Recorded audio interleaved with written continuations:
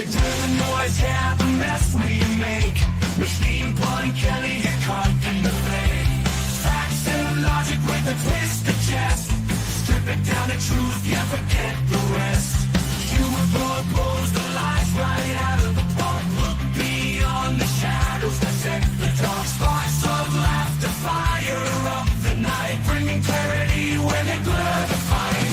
Cut through the chaos, yeah, the tangle lies. Steampunk Kelly with the sand clear eyes. Truths and jokes gonna rock this show.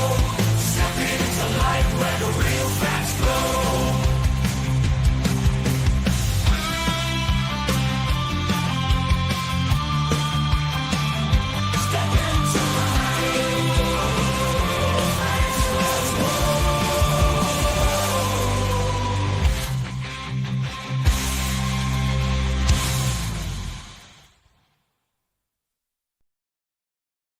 Hello and welcome to the Punch Show. If you were here yesterday, you missed a lot of fun. And hopefully today there will be even more fun because fun is what we do here. This is, I wasn't even going to do a show today, but just more feedback on this whole issue of gun control. And so I've been doing some research. I promised people, they asked, well, what do you propose for a solution? And they challenged me and pushed back on a couple of things. So, I did my due diligence and I did some real research and I looked into what the actual numbers were and I have answers. So today I don't know how long I'm going to spend, but I do want to show you that I am taking feedback even from the people I disagree with and trying to give honest, thought out answers. And so I have an answer for gun control. At least I think it's an answer. I've thought it through pretty well. I've done some research. Maybe there's some things wrong with it, but I've anticipated pushback and tried to steel man that pushback as best I could so that I could come with honest responses that I think if you really give me a chance to hear me out, then maybe you would at least agree this is a starting point for something we can look at and consider. So let's just start going through this. I've got a dashboard I'm going to share with you that talks about what some of the facts are. If I'm on the dashboard and I don't see your comment, it's not that I'm ignoring your comment. It's just that I don't see your comment because I'm on the dashboard. So don't get offended. All right. So let's go ahead and take a look at the dashboard. Hi. I'm actually 5'7", but all right. So I know it was a joke on my part. I got your joke. Okay. So this is my solution. Let's make responsible gun owners responsible for the guns they own. It's that simple. Not talking about taking away anybody's gun that's not a danger to society and doesn't have a right to one. I'm not talking about taking away anybody's gun. In fact, if you will hear me out and let me get to my solution, I think it would actually make it easier for you to get a gun if you're a law-abiding citizen. So just hear me out. But at first, I want to answer a couple of questions that were there was some debate yesterday. The first thing I want to look at is how do criminals actually get their guns, right? Because I think that's a fair question. So there's like some surveys they do with people that, had guns that are convicted felons and ask them how they got them. 43% get them from the underground market. And the underground market is not like a literal underground market. And it's not like on TV where, like they know a guy that knows a guy and, they go and they stand on the street corner and one guy's got a trench coat and the other guy has got a couple of Benjamins and then he buys a gun and folds it up and stuff like that. That's not really how it works. It's more, your cousin knows a guy that's selling a gun, and you go to his house, and he's like not a gun seller. He just happens to be selling his gun or something like that. There's family and friends. They get them through straw purchases. Some of them steal them. Some of them just found them, or they found them on the scene. Okay. But altogether, this composes 92% of the guns that are used in, 78% of crime guns came directly from the legal gun owners knowingly transferring them through the underground market, family, friend, or straw purchases. So it's like the original owner was legally purchased it, but then they transferred it to somebody else, and they knew they were selling it. Like it wasn't like it was stolen or something like that. So when they're selling it to a criminal or something like that, then there's no real penalty for it. And we'll get to that in the next section. But right now, I'm just reviewing what the facts are in terms of how people get guns that shouldn't have them. And 78% of the time, they're gotten by people who could have them. This is what I mean by make responsible gun owners responsible for the guns they own.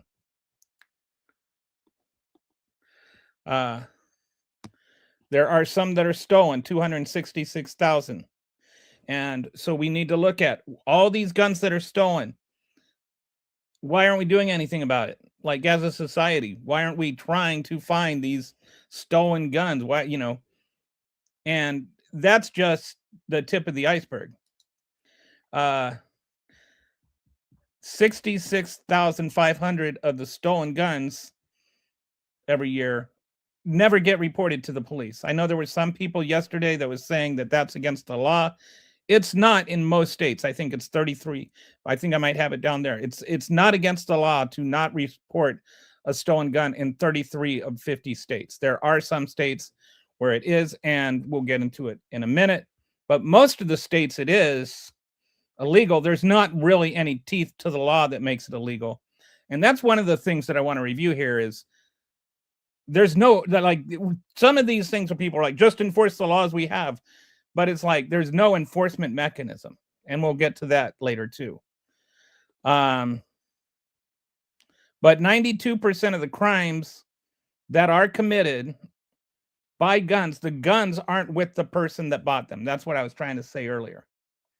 Like, people that commit crimes, they didn't go to, and clear a gun check and then go use that gun for a crime. They came through somebody else, and that person through whom they came got them legally through a gun store or something like that. Almost all guns, unless they're stolen from the manufacturer or something, or stolen from a gun store, almost all guns were purchased initially by someone legally, and then they were transferred to somebody else. Like Fred bought them and sold them to Bob, and then Bob sold them to Claude, and Claude committed a crime. Fred didn't do anything wrong, and whether or not Bob did Bob know that Claude was going to commit a crime? Should he have known if Claude was going to commit a crime? So we want to look at how we can close those loopholes. Not trying to say Bob or Fred shouldn't have guns. I'm saying that Bob and Fred should be responsible to make sure they're not selling people guns that aren't felons. And yes, if Claude's a felon, it's illegal to buy him a gun, for him to buy a gun. But you're then asking the criminal to be the one that is responsible for upholding the law.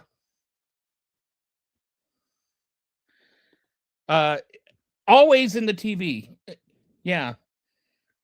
I don't know why it's always that way. Oh, yep. So anyway, just looking at this, there is an issue, right? Like, people are buying guns legally, and even legally bought guns end up in the hands of criminals. So I just want to look at, how do they get there, right? How do they get in the hands of criminals? And mainly they come through the underground market, they come through families and friends, they come through straw purchases. Some of them steal them, some of them found at the scene. So how can we keep that from happening? Like, the where do we problem solve? You know, like when you're trying to figure out what went wrong and you keep going back one step, right? And you try to find where is the issue at? The issue is not at the point of sale. The issue is not at the initial point of sale. And the crime is in the end user has it, right? But in between, how did that gun go from the person who could legally own it to the person who didn't legally own it? And how could that person have prevented the criminal from getting the gun, right? It's not the government's job at that point. It's actually the gun owner's job to keep the criminal from having the gun. Make the responsible gun owner responsible for the gun they own. That's what I want to say. And how does that happen? All right. So first, let's establish right now, they're not responsible because they're not accountable. Most of these guns that make this transition, this is like actually, I had a lot of pushback from this from some MAGA faithful yesterday, but I just want to point out the numbers. Last year, or I'm sorry, was it last year? I think it was last year. There were 112,000 people denied gun purchase because they lied on forms. Of those 112,000, 12 were prosecuted. One of them was Hunter Biden. But typically, lying on your gun, purchase is illegal. For people that straw purchase is when you knowingly buy a gun that you're just going to then turn around and sell to somebody else. You have no intention of actually owning the gun yourself. You know that they can't buy a gun, so you buy it and then you sell it to them, or you buy it for them. There are an estimated 50,000 estimated straw purchases annually. Of those, only 1,500, only about 3 to 4% get prosecuted at all, right? And of those that get prosecuted, almost all of them get charged down to lesser offenses. It's almost impossible to go to prison for a straw purchase. It happens, but it happens in the dozens. Out of over 50,000 straw purchases a year, only a handful of people actually go to prison over it. This is what I mean when I say there is toothless laws. You can say, well, it's against the law to do that. But when, like, one guy got 45 days in prison and he had 40 counts, got convicted of 40 counts, and he spent 45 days in jail over it. All right. That's not a thing that has teeth. How much money, did he make off of that? If there's no teeth, for people that, like, want to talk about the death penalty for so many things and talk about blowing up boats, this law is toothless. All right. So I think that we need to have more serious enforcement of straw man laws.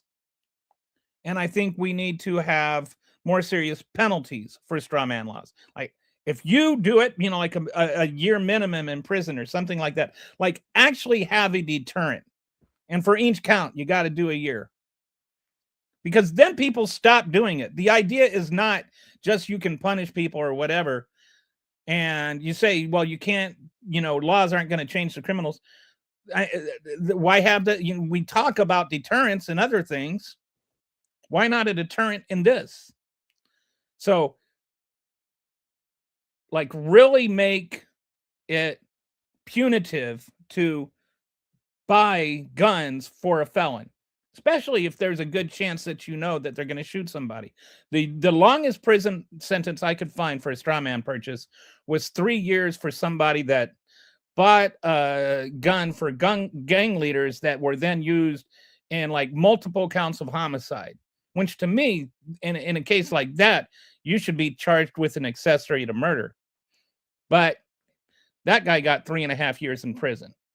So this is what it's utterly toothless.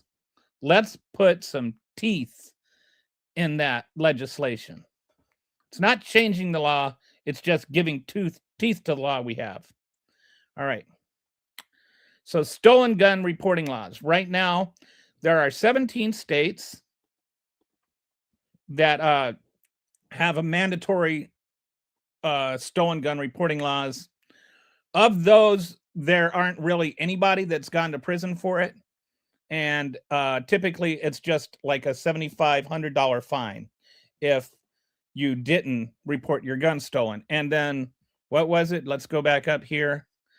7% or no, 6% of the guns that are used in crimes are reported stolen. So let's put some teeth in that. And I'll get to you in a minute how I think we can handle that to where that starts to have some teeth to it without infringing on anybody's rights. Nothing I say here will remotely infringe on anybody's rights.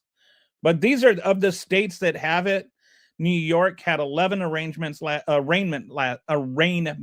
last year, and their typical outcome was a $100 fine. Illinois has one. They had fewer than 10 arrests. Most of those were $75 to $90 fines. Connecticut had 19 charges filed, 0 convictions, and in Rhode Island, 4 charges and average of $90 fine. So, like, altogether, for all the gun thefts last year, there was like, even of the people that didn't report them, there was like a couple of $1,000s in fines, all told, combined. Like, again, we need to put teeth in laws, and we need to make gun owners responsible for the guns they own. It's not taking the guns away from responsible gun owners. If you can't be responsible for the gun you own, you're not a responsible gun owner. All right. Current law requires prosecutors to prove knowing intent, nearly impossible. When they sell a gun to somebody, they have to know that it's going to be used for a crime. So, it makes it easy to give a wink and a nod and say, yeah, what, plausible deniability is everything, right? And so that's why it's so hard to prosecute. But I've got a solution to that. Gun owners face virtually no consequence for arming criminals, whether through straw purchases, unreported losses, or negligent transfers. All right, so this is my solution.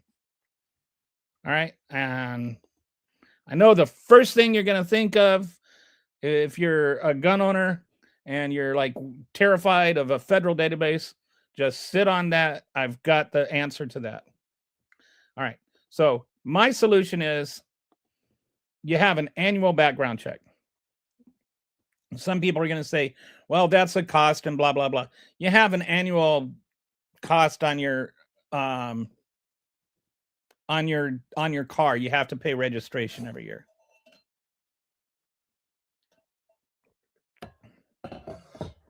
There's no reason we can't have a regular background check.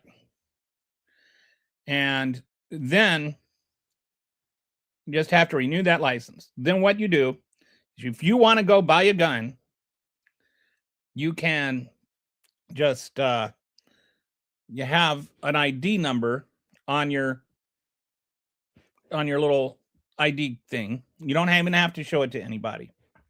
Go to buy a gun Fred goes to buy Bob's gun. And so then Bob just logs onto his computer or pulls out his phone or whatever, and he just enters Fred's background ID. And same thing can happen at the gun store. Same thing can happen anywhere. Anytime you purchase a gun, you just give them your background ID, they punch it in, and then it comes back in a couple of minutes and it shows the picture of the person who's buying the gun and like 2 security questions just to make sure it's them. All right. If they answer both questions correctly and you can visually confirm it's the same person, then you both sign an e-document confirming that the gun is being sold by you to them. Then that gun immediately becomes registered to that person. All right. So then they are responsible for that gun. You're not responsible for that gun anymore because you are not the gun owner. Like, you're only responsible for the guns you own. Then they own that gun. They are responsible for it. So that way, any gun we have the number for, we can immediately track and know who owns it. All right. Which, if that gun's not being used in a crime, will never be an issue. So if you're a responsible gun owner, you never have to worry about anything to do with the federal government having your ID. And I've got more safety stuff, to cover you with the database. All right. But when you sell the gun, both people sign saying that the gun is being sold, and then that new person becomes responsible for the gun. If the gun is stolen, then you have 48 hours to report it stolen, or a week. I'm not quite sure on the time frame, but you have a certain amount of time to report it stolen. And as long as you report it within that time frame that it is stolen, then you're not accountable for anything. But you have to routinely check your gun and keep it secured. Like, you have to keep it in a drug safe or have it locked up or on your person. And you have to keep that gun secured. If you're like not maintaining responsibility for your gun and making sure it's still in the gun safe every once in a while, you're not being responsible for the gun you own. So if the gun is gone for like 2 years and you don't know it, you are not a responsible gun owner. So you should be held responsible for that gun that you own if it is used in a crime, for not having reported it stolen. So as soon as you notice it's stolen, you have to report it. You put the number in the database, boom, you're not responsible for that gun anymore. We don't know where it is. That's fine. It's not your responsibility at that point. Responsible gun owners should be responsible for the gun they own. But if we put some teeth into the law that says you have to report it stolen, then that starts to matter, right? Like, maybe you have to do 30 days in jail, or maybe if your gun is used in a crime and you didn't report it stolen, you're civilly responsible. You can be sued for that gun being used in the crime for not reporting it stolen. You have to be accountable if you want to be responsible, right? You can't just say, oh, my gun was stolen, because then that's just giving everybody a back door, right? You can just give your gun away. You can sell it. You can, straw man sell it. You can do whatever you want. And it was stolen, right? No stolen gun loophole here. If you're going to be responsible gun owner, be responsible for the gun you own. Okay. So we have the annual background license. We have an annual transfer system. We have a mandatory theft reporting. We have strict criminal liability. If you,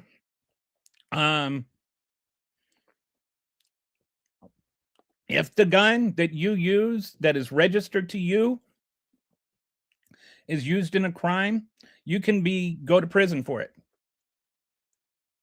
because you're responsible for that gun. And too many people just want, like, you want to say it's not about the guns, it's about the people. Okay, what about the people that own the guns? Shouldn't people that own the guns be responsible for the guns that they own? I think so. So, and nothing here, nothing, not a single thing I've said, if you haven't noticed, actually conflicts with the single right you have. Okay, so if your gun is used illegally and it's your gun, then you are responsible for that.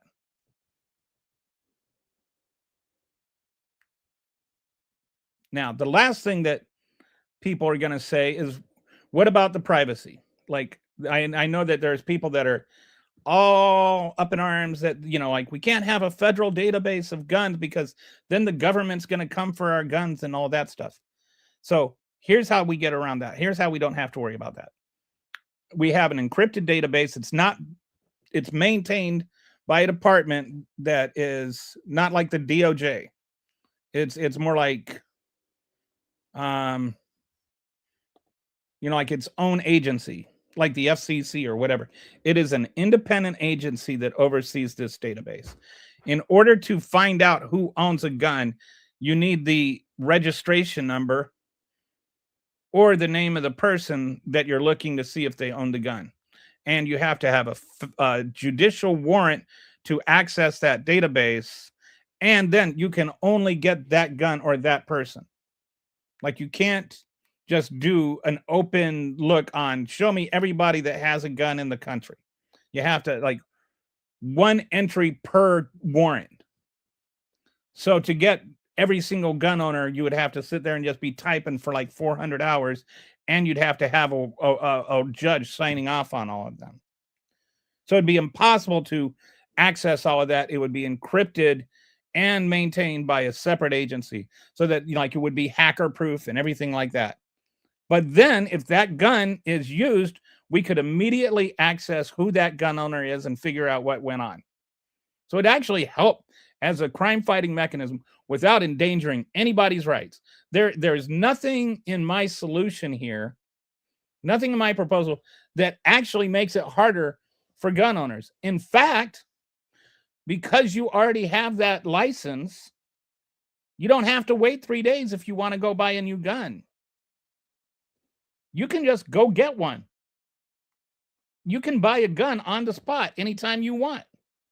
So and the other thing is, if somebody is, like, let's say that they get a stalking or they get a restraining order because they've been abusing their spouse, and they already have a background license, you could immediately pull that background license. So if they wanted to go and get a gun to murder their wife with, they couldn't do it. They couldn't do it from a straw purchase. They couldn't do it from a gun store. They couldn't do it with anybody. Even though yesterday they could have bought a gun, today they can't buy a gun. As soon as that gets pulled, it's immediately in the system. This is relevant because there were, like, a number of cases last year, like in the I can't remember how many. Forgot to thought that there's this thing called the Charleston loophole. I thought I had that in here. I think I forgot to put it. But the Charleston loophole is, if the 3 days elapse and after 3 days you don't have an answer, the gun owner can, the gun store can legally sell you the gun. You don't have to wait until it's done. And a significant number, like almost 300,000 people last year, acquired guns that they wouldn't have otherwise been able to buy if the background check had been completed. And of those, like 2/3 of them would have failed if the background check had been completed. So that's a thing that needs to be closed. But if we had the background license thing, then everything could be taken care of immediately.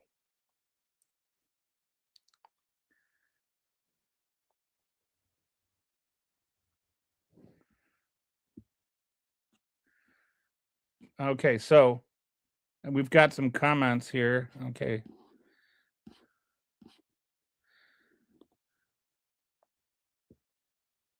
No, I don't think people are killing themselves simply because they have access to guns, and I don't deny mental health issues. First of all, what I think you're referring to is I am saying that because people uh, kill themselves using guns does not mean they are any less dead. And denying people that are suicidal guns actually saves lives. You're the one that's denying that mental health issues. If you're thinking that giving them guns is going to make those mental health issues go away. Um,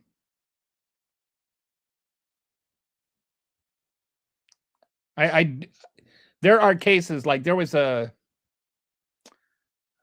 want to say an Air Force base in Michigan where I want to say it's in Michigan. It had a high suicide rate among the security police. It was like one of those really cold and dreary and dark places. And so they had this really high security rate, and the security officers were taking their handguns home with them. And then they changed the policy to say that they couldn't take the guns home with them. And if you do any serious study and research into people who take their own lives, it's usually like a pretty spontaneous decision. It's not like sometimes it's premeditated, but most of the time it's a spur of the moment decision. And so what they found out is when they changed the policy so that you couldn't take your gun home and you had that nice easy way to take your own life, when you took that away from them, the suicide rates almost bottomed out. Like they went from one of the highest suicide rates in the entire military of any base in the military to like just not having them. So yes, I think that people who kill themselves by guns are still going to die, and I think that preventing them from having guns can save lives. I also think that this is not relevant to the conversation we're having right now, which is people using guns in crimes, unless you want to consider suicide attempt a crime. Nobody cares, Grandpa. You realize if you punish people for getting their guns stolen, they will not report themselves. No, this is the opposite. I am saying you're not punishing people for getting their guns stolen. You're punishing people for not reporting their guns are stolen. You're incentivizing them to report their guns stolen. You're literally rambling to no one. Okay, I've got 130 listeners right now. Is it just you? Is it just that you do? Is this just what you do to feel smart? What's the use in speaking to an empty void? Are you like you're here? Okay, all your evidence is anecdotal. No, it's not. I actually just presented a whole bunch of very objective statistical data. It's relevant because you cite a gun death that includes suicide. No, it's not. Because I'm not talking about gun deaths right now. I'm talking about people that commit crimes using guns. Gun deaths is a whole different source. And by the way, like, okay, there are 45,000 gun deaths a year. All the gun deaths, every single gun death, all 45,000 of them, whether it was caused by somebody else or caused by themselves, they involved guns and death.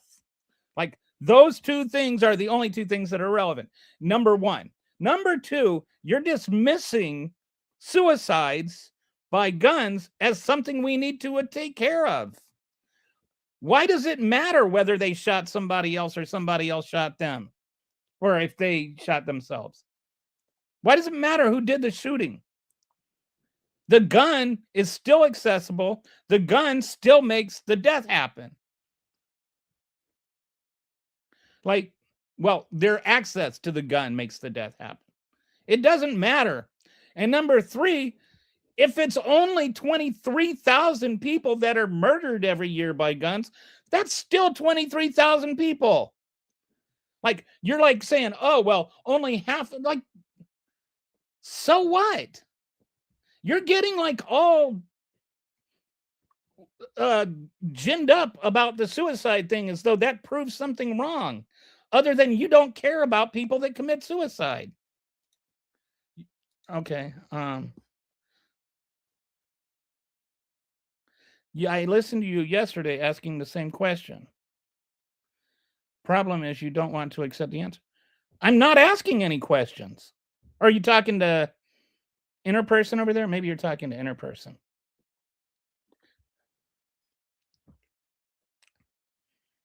But yeah, like suicides are bad. I have friends that have taken their own life and it makes me sad.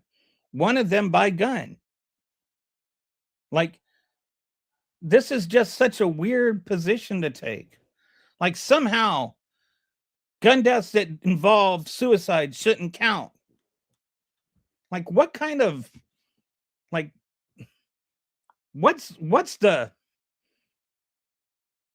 humanity in that?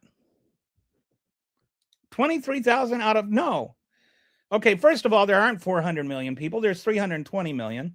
Secondly, 23,000 out of 420. We have a murder rate 10 times higher than UK or Japan. 23,000 people is a lot. If you want to say 23,000 is negligible, why is that negligible and 75,000 isn't?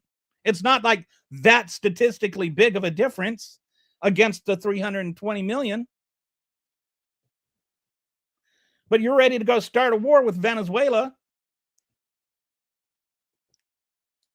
If you take guns away, people will jump in front of trains. I have a friend that died by jumping in front of a train too. Stop using suicide as some sort of deflection. Yes, people will find ways to commit suicide if they're really committed to it. But when you take guns away, suicide rates drop. All right, so let's go back to this. All right. I mean, like, let's just really law abiding. My solution does not have any negative impact on any law abiding citizen that wants to own a gun. You could still own whatever gun you wanted, and you could get it whenever you wanted. All you would have to do is just abide by the law. That's it. If the argument is, like, you're a law-abiding citizen, you should be able to have a gun, I 100% agree with you. And this actually makes it easier for you to get one if you want one. Because you could do it on the spot. No 3-day waiting list. But what it does do is everybody else, like the idea, like all these arguments are, let's keep the hands out of criminals. So what I'm doing is I'm trying to go in and figure out a way to keep the hands out of the criminals. And by doing this, every time a gun is sold, instantly you have a background check. And that background check has an instant result and tells you whether or not that person can buy the gun. That's it. It just, and if your gun gets stolen, you have a permissible amount of time to identify that. It puts on you the onus of keeping track of your gun and making sure it's still there. Like, if it's in a gun safe, all you have to do is just pop in there once a week and make sure it's still in the gun safe. One day you open up your safe, the gun's not there. You go, oh no, my gun's not there. You call the police. You say, my gun is stolen. I don't know when. I looked at it last Wednesday and it was there. Now it's Tuesday and it's not. And so, you reported it stolen. You're no longer responsible for that gun. But it avoids people just being able to claim their gun was stolen when they gave it to a guy that said that they were going to go shoot their wife with it.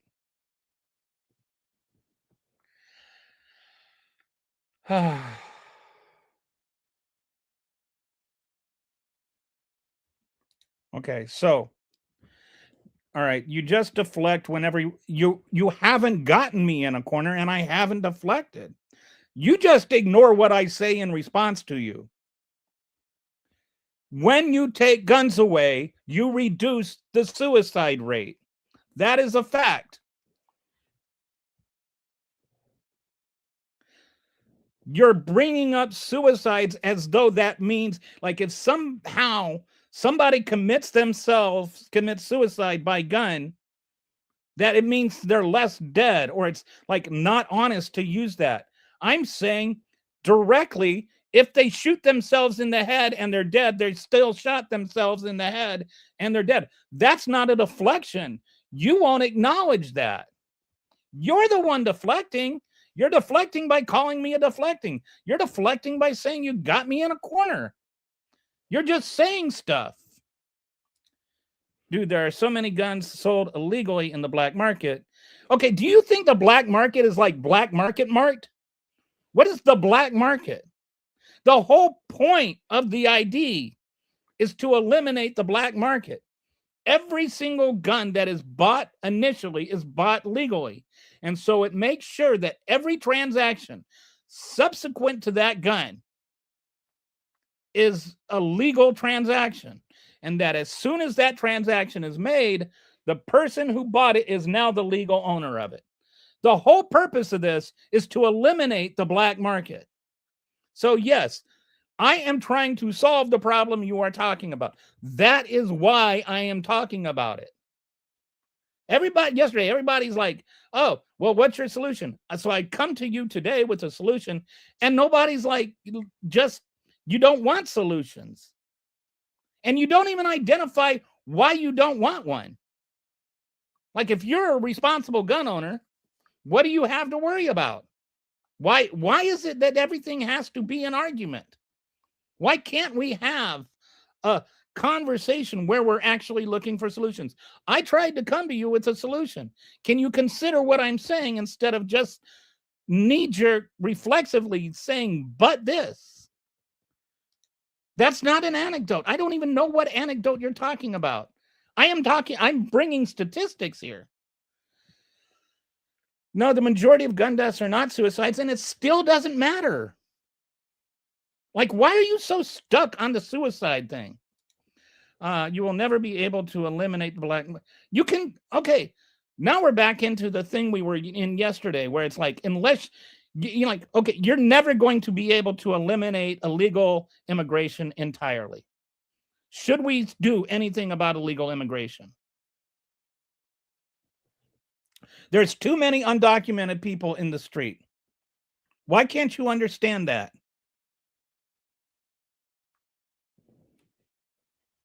Do you see how that sounds? These arguments that, like, oh, unless you stop this crime entirely, there's no point in trying to stop this crime, is a dumb argument. The fact that it's ubiquitous, the fact that that is the case, means we are not doing enough. That means we need to do more than we are doing. It does not mean that we should just throw our hands in the air and say, oh no, there's nothing we can do. One thing we can do is, if you are carrying around an unregistered gun, we confiscate the gun. You go to jail for it. We make it so that the laws about carrying unregistered guns have teeth. And then you're eliminating the criminals and you're eliminating the guns. And you're not doing anything to law-abiding citizens that have legally owned guns. I don't know what two different arguments means. My view on illegal immigration is that we should make it easier to get in legally and harder to get in illegally.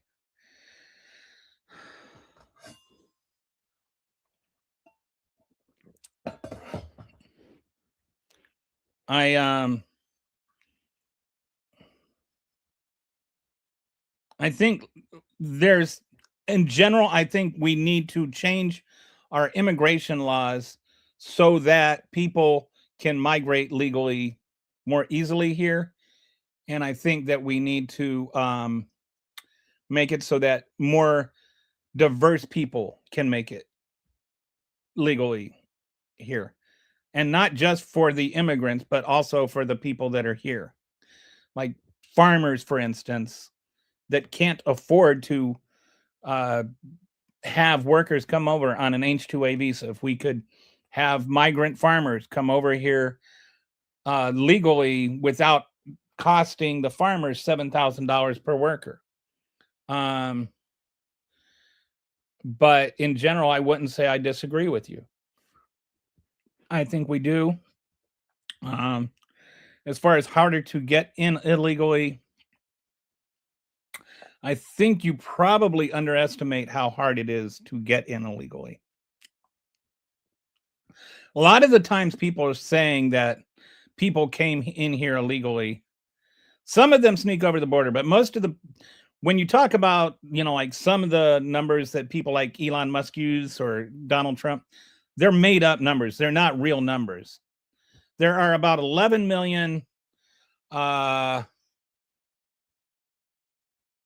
most, like the high end of actual legitimate estimates for people that are here illegally is about 11 million. Of those, I think it was,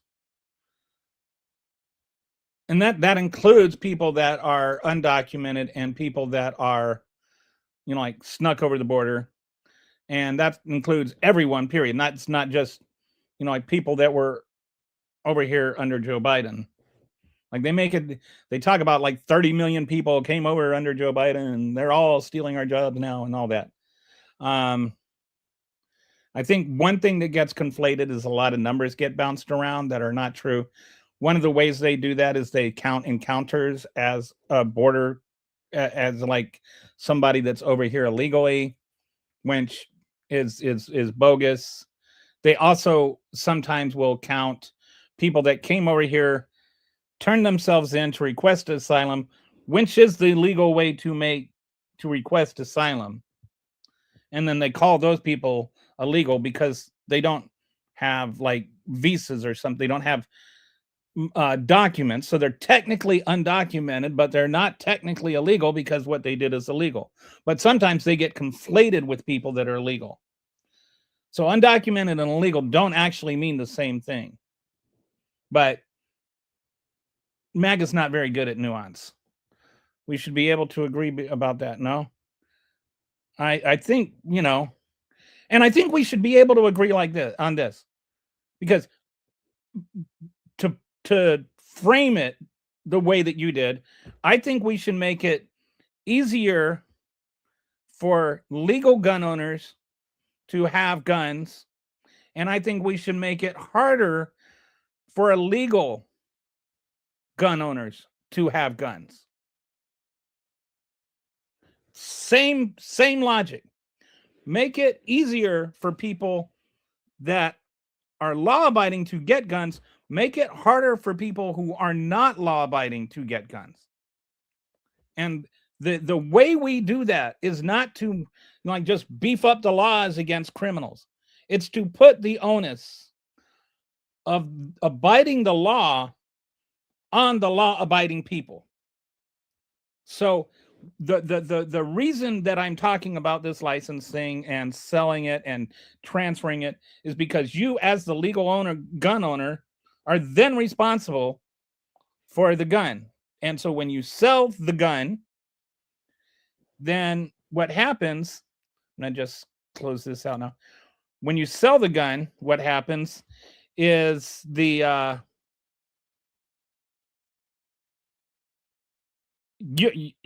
responsible for that. Like you're the one that goes on, but you're the responsible party. You're the legal gun owner doing it. And so it's not the felon comes in and he says, I want to buy your gun, and you say, okay, you haven't committed any crimes, have you? And he says, no. And you're like, okay, here, give me my $50 or $100 or whatever you're selling your gun for. And he says, thanks, buddy. And then he goes out and he shoots his ex-wife with it. The difference is he comes in, he says, I want to buy a gun. You say, okay, great. Can I see your ID? And he tells you what his ID number is. You punch in the number, and you look at your phone, you look at him, and you're like, you know, you don't look like this guy, because this guy is a 5'3" blonde woman, and you're a 6'4" brown-haired man. So then he says, okay, you got me. Or it does look like him, and then you're like, okay. Or it kind of looks like him, and you run the security check, and he says, you ask him the security questions and he gets them right, you sell him the guns. The onus for the law is on the seller, not the buyer. Right now, what we have is a secondhand system where the onus of following the law is on the buyer. Like we make it's illegal to buy a gun secondhand that you shouldn't be able to buy. It's not illegal to sell it, not by federal law. It's illegal to knowingly sell it, but it's not illegal to unknowingly sell it. And that unknowingly leaves a lot of gray area. And that's why I was pointing out only 12 people were convicted of that last year. Only 12. It's very rare for people to be convicted of selling felons guns, even though 93.7% of them or 92% of them are well, I guess no, 6% are stolen. So 86% are bought, but they're not bought from gun owners or from gun stores. They're not bought from federally approved gun stores where you have to buy to clear a background license. 86% of guns that are used in crimes are obtained that way. So the idea is to take that 86% and reduce that number. When we reduce that number, we reduce the number of guns that are being used in crimes. It wouldn't matter how many guns there are on the streets if the guns on the streets are all in the hands of legal gun owners.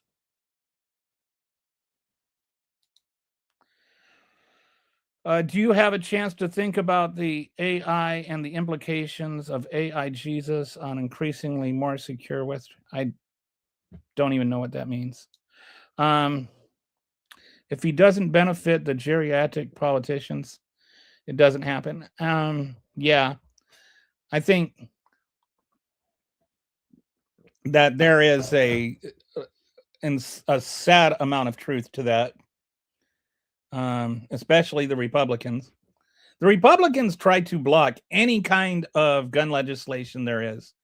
And like I said, I think most people would agree that criminals shouldn't have guns. I don't care if you're a Democrat or a Republican. I don't think most people would agree that that Republicans should have guns. I'm sorry. I don't have a problem with that. Was I don't think most people should agree. A Freudian slip there. I don't think most people would agree that criminals should have guns, but I just thought Republican politicians, criminals, got all conflated in my head. Most people should agree that criminals should not have guns. All I'm talking about is how can we keep the guns out of criminals' hands? And the way to do that is not to just say, well, we just need criminals to go on the honor system, which is what we have right now. Effectively, every time a criminal buys a gun, there's no real reason for the seller to not sell it to them, because they can always just pretend that they didn't know that they were selling it to a criminal. So let's put teeth in that law, and let's put a mechanism in that law where we shift the ownership in that transaction from the buyer to the seller. Because the one thing we know about the seller is that they are law-abiding citizens because they bought the gun and they had to clear a background check in order to get the gun. And they have to have kept one maintained in order to keep the gun. Like, it's that simple. That is a law-abiding citizen. We know that. And so we're putting the onus in that transaction on the law-abiding citizen. And if we're going to do that effectively, we also need to put the responsibility on the law-abiding citizen. And does that make sense? Like, anyway. Yes, there are laws on the books regarding straw purchases. I don't know if you were here at the beginning, but I went over that. Those are very rarely prosecuted. I'll go back up for you and we'll go over this again since you weren't here. The actual numbers, this is, like when people say that all I have is anecdotes, this is the actual numbers. There's an estimated 50,000 straw purchases every year. Only 1,500 of those on average get prosecuted. Of those 1,500, very few of them actually end up in prison sentences or end up in prison sentences which don't act as a adequate deterrent. So like there was a guy that sold over 40 guns through straw purchases to gangs. That person ended up doing 45 days in jail, not 45 years, not 45 months, 45 days. Most of the time it gets pleaded down, and it's like very few people that get convicted of it end up doing any time at all in prison. If they do any time at all, most of the time it's just under house arrest. There's very little deterrent to doing straw purchases, and there's actually a pretty good incentive because, especially if you're doing it for the right people, there can be a lot of money in it. So, yes, there are laws on the books, but this is one of those things where I'm saying we need to put teeth in those laws. I like my firearms the same way California likes its citizens. Undocumented. Ha ha ha ha. Ha ha ha. Oh, ha. Oh, that was a riot. That was a riot. Okay. Well, you're a funny guy, Free Cali. But this is, if you want to have a cavalier attitude about guns, then don't complain about criminals having guns. If you want to talk about undocumented people and you want to talk about undocumented guns in the same breath, then you should be like for undocumented people. Because the way that you limit undocumented people is through legislation and through regulation.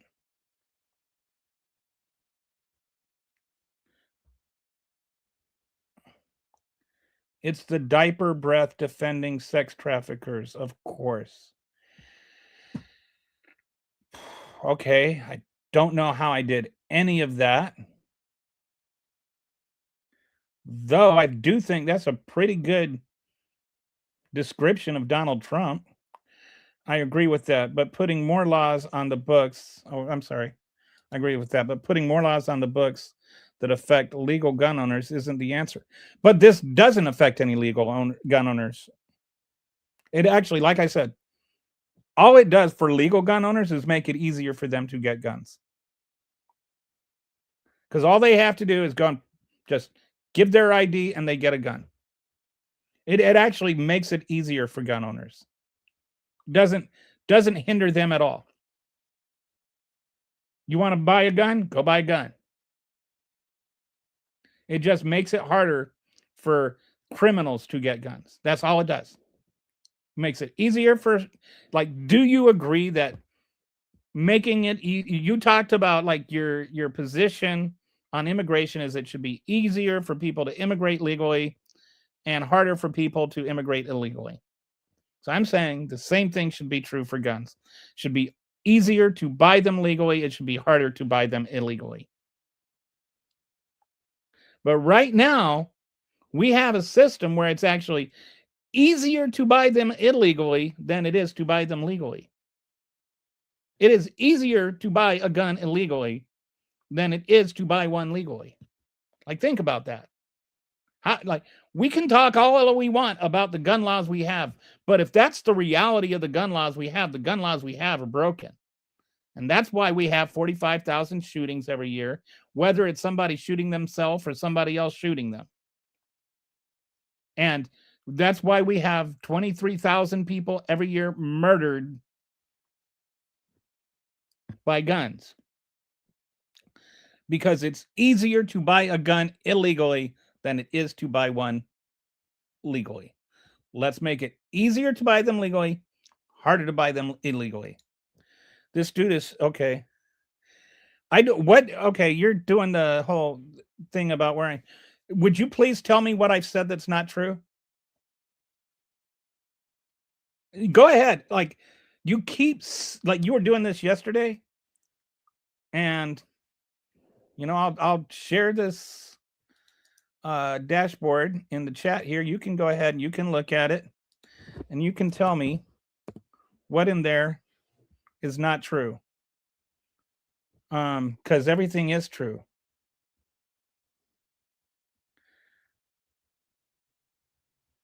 Is tonight the night we grind some dungeons, Kelly? I have never played World of Warcraft. Click the three buttons. I don't know. How do you make G? I don't know what G is. Then name one thing I said that's false. You talk a lot and you say little. Okay, stop fighting with people, Kelly. We can discuss. I'm going to have to try to play World of Warcraft just for you. How do you make purchasing illegal firearms harder? Well, that's what I just went through. We may, I don't, were you not here when I went through the whole thing? The idea is that you get a background ID card, and that every time anybody buys a gun, you type in the number for their background ID, you confirm that they can legally purchase a gun, and then you sell them the gun if you can confirm it. If you can't confirm it, you can't sell them the gun. It's illegal to sell them the gun.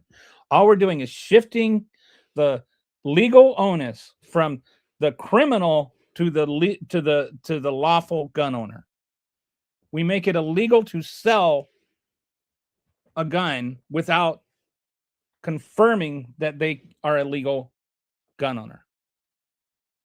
Will it be a perfect solution? Will it stop all illegal gun owners, gun purchases? No, but it will definitely have an impact. Okay, somebody breaks into my home and steals my legal. Yes, that's already been covered. That's already been covered. Like, don't come an hour in and start asking questions as though they haven't been answered. If somebody breaks into your house and steals your gun, then you have 24 to 48 hours to, report it stolen, and then you're not responsible for that gun anymore. And it could be a week, could be 2 weeks. The time frame is something that can be debated. But this again goes to, if you are a responsible gun owner, be responsible for your guns. Keep them in a gun safe. And every once in a while, check on the guns to make sure they're still there. If they're not there, call and report them stolen. Boom. But that does two things. One is it makes the legal gun owners actually make sure that they're keeping up with their guns. And so it's not like, oh, that was like, I don't know what happened to that. I haven't seen that in 2 years. It makes them responsible for it. Number two, it keeps people from just lying. It keeps people from just selling their guns and saying that it was stolen when it wasn't stolen, after it got used in a crime. I actually disagree with a lot of what you say, but you remind me of my dad, so I can't be mean. That's why I just bring up World of Warcraft, so I avoid being mean. Well, your dad sounds like a nice guy. So how are people purchasing guns illegally? I already went through that, dude. Again, in the first hour, I went over that. Here, let me show you. These are the ways that people are getting guns illegally. 43% are getting them on the underground market. 25% are getting them from family and friends. 10% are getting them through straw purchases. 6% are stealing them. 7% of them are, finding them or getting them on the crime scene. All of these things, every single one of these all of these guns were initially purchased by somebody legally. So if you make it so that every time that gun changes hands, you make sure that it's not being transferred to a criminal, then criminals stop purchasing guns.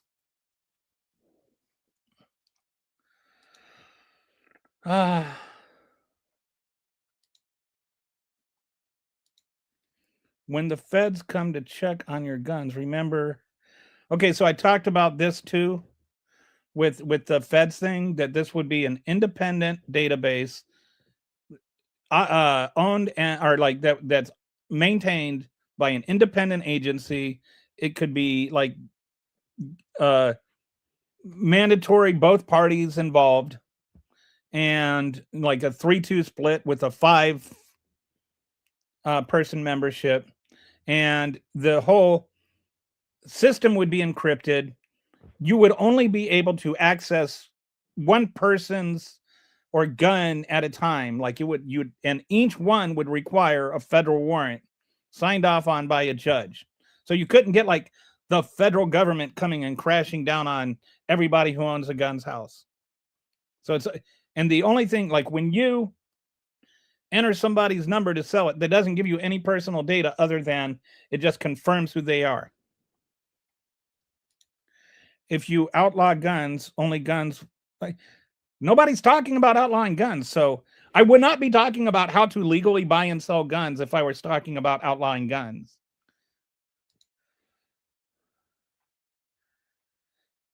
It doesn't, I mean, some of this is just like,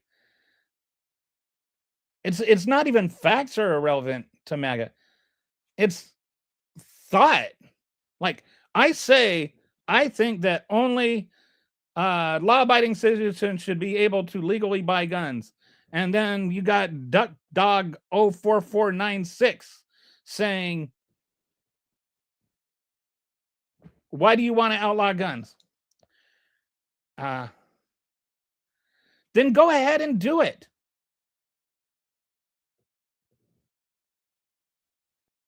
If you think that's the answer, then why are you so worried about buying guns? Just use your little shotgun out of a nail and 2 pieces of pipe. So you're okay with Doge having access? No. Because Doge is not at all what I'm talking about. I'm okay with the Social Security Administration having my Social Security number. Well, we're into the trans arguments now. ATF can already come to people's houses wearing. Okay. Then we're not talking about changing anything. You trust the government. Are you bleeping Why do you trust the Social Security office? Well, because they send my wife her disability check.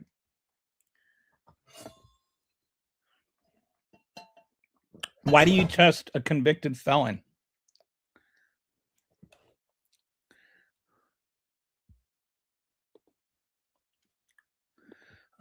Turning in your guns. Who's talking about turning in your guns?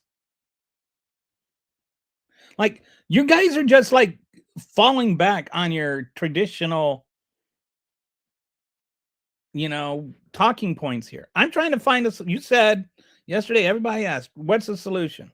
So I came up with a solution that actually makes it easier for you. Makes it easier for gun owners and addresses what you said was the big concern, is that criminals have guns. And I have yet to see anybody actually respond to the actual suggestion. If you want to say it's stupid, if you want to say it's why it's stupid, then go ahead. Donald Trump is a convicted felon. And the Aussies. What about the Aussies? Are you talking to Skippy? Yeah. The Aussies didn't have a mass shooting for 30 years. And then they had one. 15 people died. How many have we had in the last 30 years? How's not turning in all our guns working out for us? I'm not saying we should, but let's not take one mass shooting in Australia on the same day that we had a mass shooting here in America as though that somehow proves a point. No, he was convicted. He was convicted. The jury said he's guilty. That's not misinformation. That's a fact. I don't know what I think. Are you like one of those people that says until all the appeals are heard, he's not convicted or something? I just want to say there are a lot of people in prison right now that have appeals that are convicted felons. Oh, so okay, we've got a racist problem right here.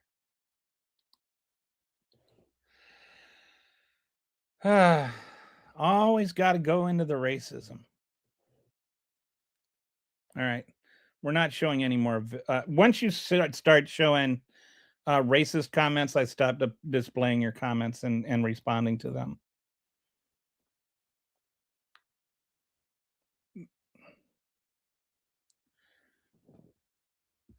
Okay. So anyway, facts are not racist, but you are. The knowledge of how to make firearms is everywhere. Are you gonna? Yeah. Okay. But yeah. No, I'm not going to. If everybody is sitting there and they're making their own firearms, that's a problem that we'll cross that bridge when we come to it. But this is just, oh, well, somebody could create their own nuclear bomb, so let's give everybody nuclear bombs. Like, I live in Illinois I live in a state in Illinois where the state banned all of assault rifles that previously owned. You could keep yours, but had to register them with the state police. Most people told government to pound sand. Okay. What percent of the guns used in Chicago are bought in Indiana? What did I say? I'm not gonna.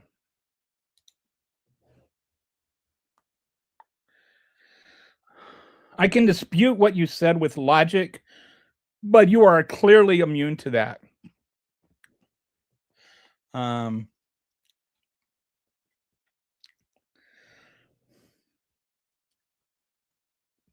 all right. Does anybody actually want to talk about the subject, or does everybody just want to scream their favorite NRA talking points?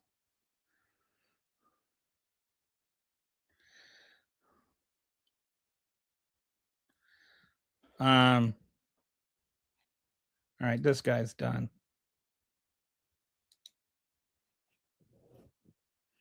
I can't stand racist arguments.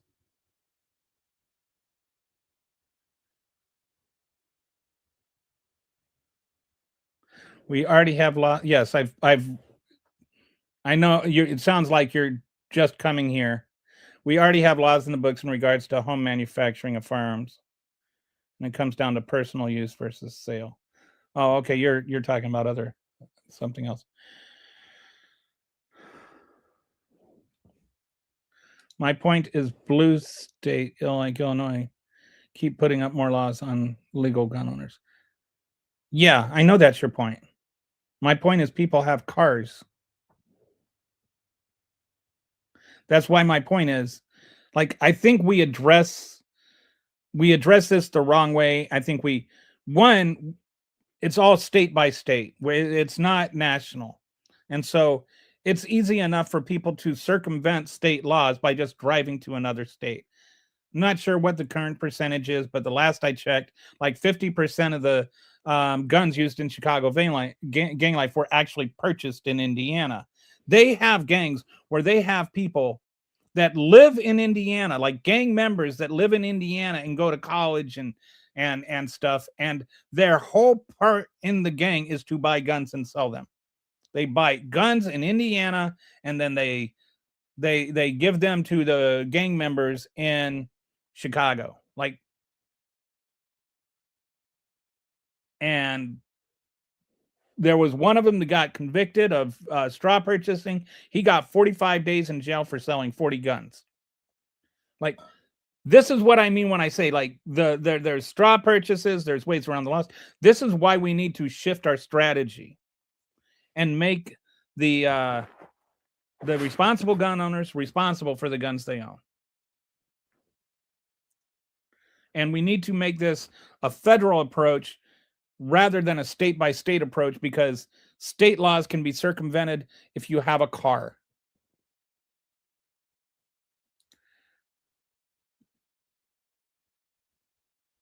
Yes, that's my whole point, Doug. So let's keep the guns out of criminals. That's my entire point.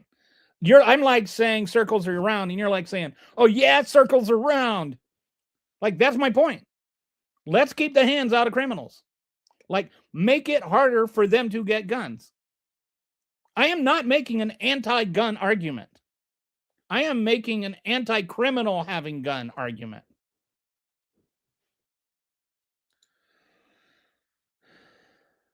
It's funny that Pritzker family owns a gun range one state over and allows AR. I don't know anything about that. I don't know what that means, or can't comment on it. You know, and it's not really relevant to the discussion anyway. Like, I'm not talking about AR-15s or gun ranges or anything like that. All I'm talking about is, let's figure out a way to keep criminals from having guns.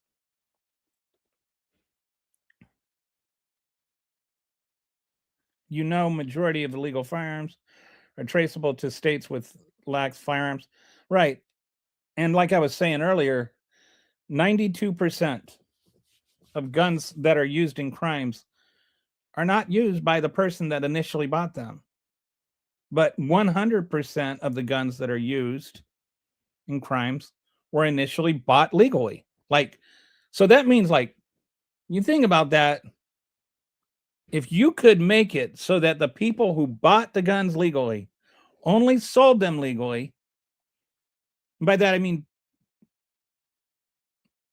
actually sold them to people who could buy them legally, then 100% of the guns would be bought legally. And you'd get rid of 92% of the guns that are bought by criminals. If we got rid of 92% of the guns that are bought by criminals, don't you think that we could reduce the crime rate? And we could, like, make a dent? Yes. Would there still be ways to get around it? Yes. But we could make a dent in it. And even if you know, people would say, oh, well, you can still get them on the black market. To a point, yes. But it's not like the black market is like a shopping mall people go to. And it's not like the black market isn't price driven. Like study after study shows, when you tighten up the gun laws that keep criminals from getting guns, the price of black market guns goes up. And when the price of black market guns up, gun violence goes down because people can't afford those guns anymore. We're not talking about anything to do with taking away the legal rights of people to own guns. And I'm not even talking right now about what kind of gun you can own. I'm just talking about you being responsible as a gun owner for the guns you own. Does anybody want to say gun owners should not be responsible for the guns they own?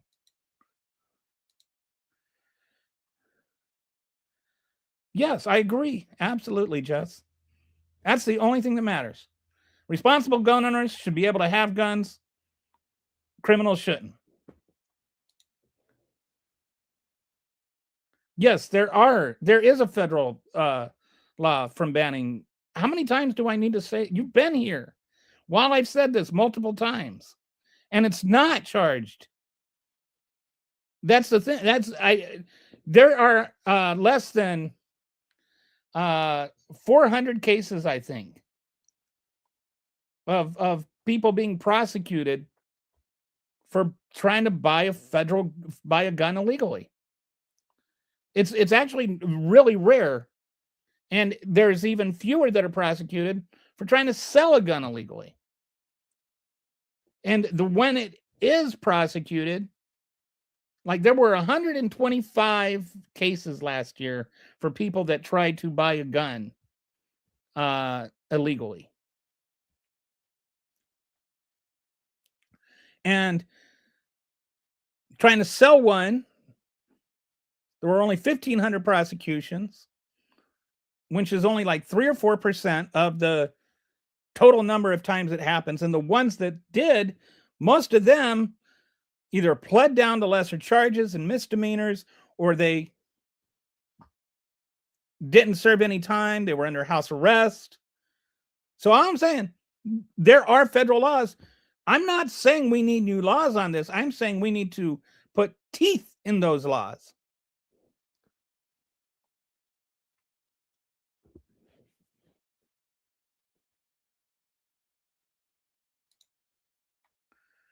And yeah, anyway, there will always be a problem, but that doesn't mean we shouldn't make the effort to mitigate the guns. Yes. And I think we've overswung the pendulum on this. We're like so hurried about, and so like even right now, I have talked about a solution that only affects criminals negatively. It actually has a positive effect on it if you're a gun owner. It makes it easier for you to get a gun. But somehow, like the reaction is just, oh, well, we're keeping the hands out of criminals. And it's like, unless you're a criminal, what are you worried about? If I had a gun, I'd get a CCW. I don't know what a CCW is. Are you trans? No. You need to clean the gun and use a gun range. You need to learn to clean the gun and use a gun range. I learned how to use a gun range when I was in the military. I mean, it's not like anybody that's like wants to keep the hands out of criminals has never fired a gun before.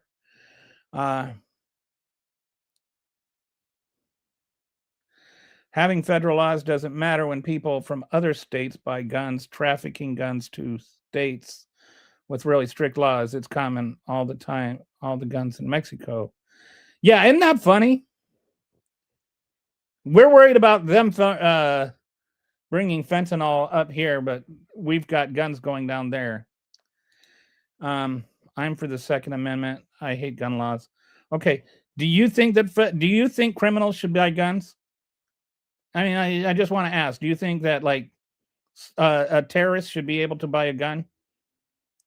Like, because I'm not talking about law-abiding citizens not having guns. I've pretty specifically said that at least a dozen times. Okay, so the simple answer is actually to enforce. No, the simple answer is not just to enforce the law. The simple answer is to put teeth in the law. right now there's just not enough actual repercussions for breaking it. It's not just enforcing it, it's making it so that the law becomes a deterrent, so that if and to also shift the onus from the gun buyer to the gun owner. So like I can come to you as a felon, and I'm not a felon, but hypothetically, let's say you're selling a gun on Craigslist and I want to go buy a gun and I see your Craigslist ad. And so I go and I talk to you and I buy your gun, and you say, "Are you a felon?" And I say, "No, I'm not a felon." And you say, "Okay." And then you sell me your gun. In some states this is legal, in some cases, some states it's not. But you sell me your gun. I am breaking a federal law. You are not breaking a federal law. Unless you know for a fact I'm felon or have reason to believe it. If I look like an honest guy, I pull up in my Nissan Leaf, and I'm not, like I'm not all decked out in gang gear or whatever. I just look like your typical cisgender middle-aged white guy. And so you have no reason to believe I'm a felon. And so you just sell me your gun. You haven't broken any laws. And it's not really fair of you to like do a background check on me, right? So how can we make it so that for you can be responsible to make sure that I am not a felon before you sell me the gun? I have to show you my ID. I have to show you this thing that says I've cleared a background check. Then you confirm that through the updated database. You type in the number and it shows me your picture, or it shows you my picture, and you say, "Yep, you're that ugly looking white guy." And so then you sell me the gun. Or you say, "Oh, no, that doesn't look like you. You don't look like an Asian girl."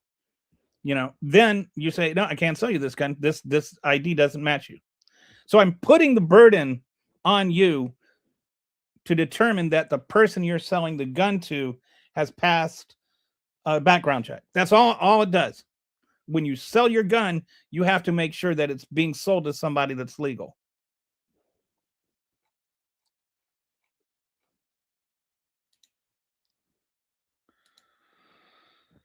I'm just saying criminals don't abide by laws. Right.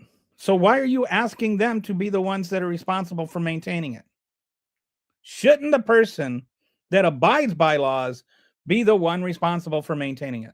So when you're talking about the transaction between the person buying the gun and the person selling the gun, who do you think should be responsible to make sure that they're a criminal?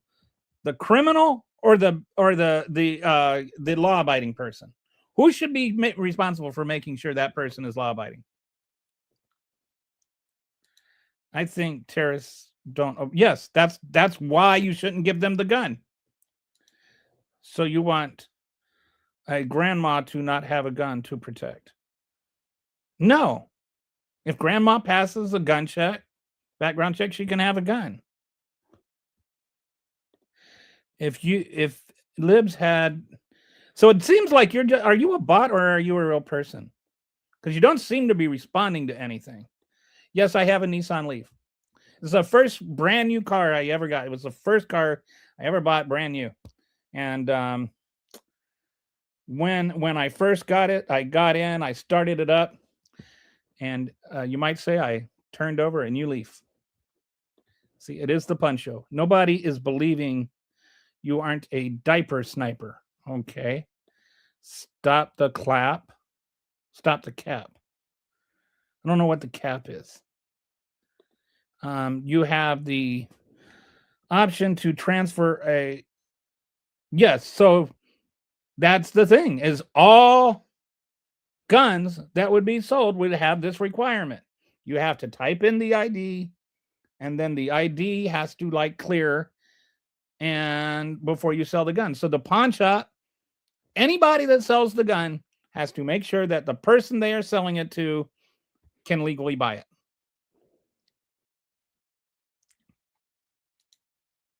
Costs $25.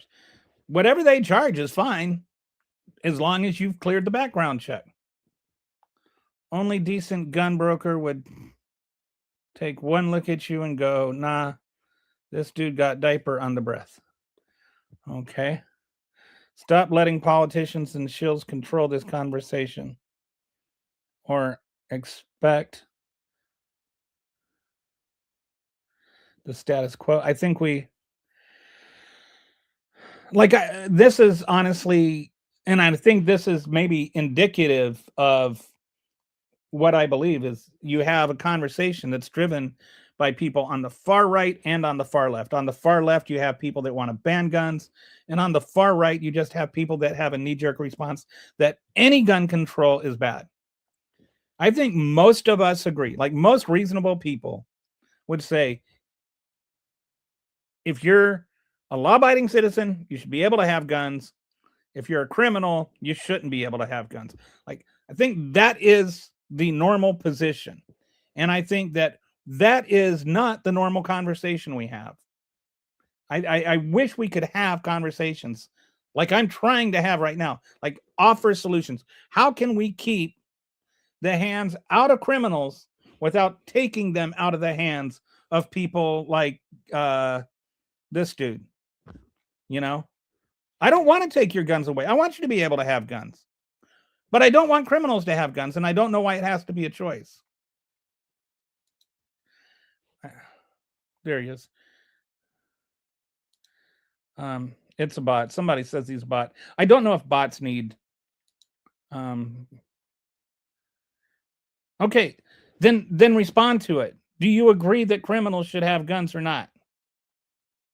Do you want it to make it? Do you want, as a responsible gun owner and a real person, would you rather have it be easier or harder for you to buy guns? I want to make it easier for you to buy guns.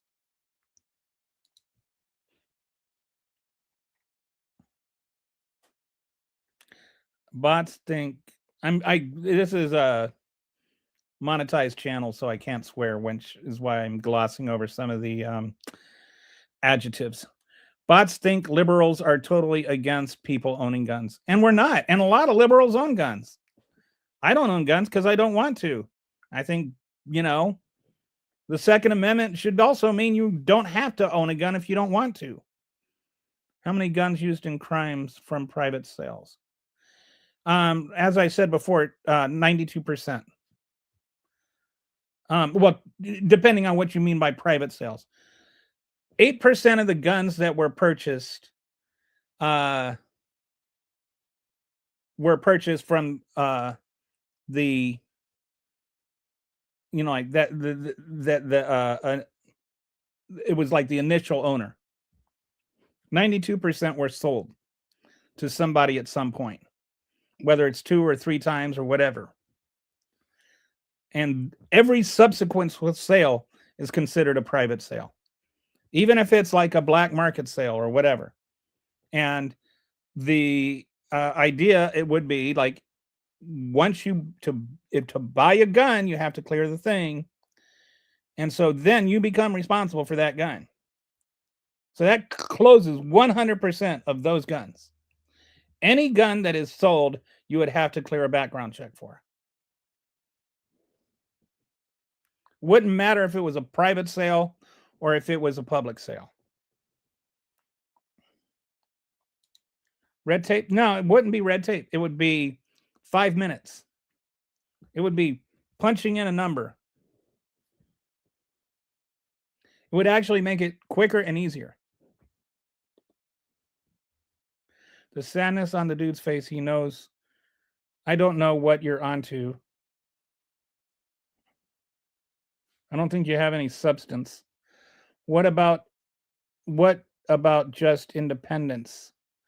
I don't know if you mean voter independence or if I don't know if you mean independence like independence as in Independence Day. Like, and what about independence? I have no idea what that question means. I think that criminals should not have guns, and I think law-abiding people should. I think law-abiding people includes independence.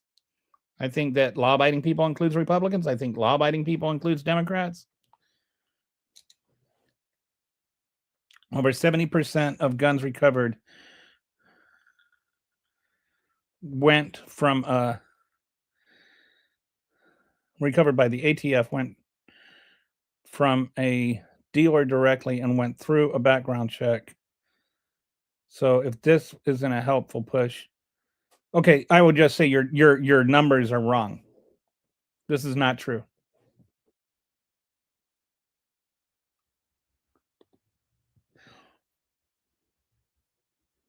That's not true. What's up, my fellow freaks of nature? If they have a gun, I want to have a gun. Okay. I don't have a problem with you having a gun.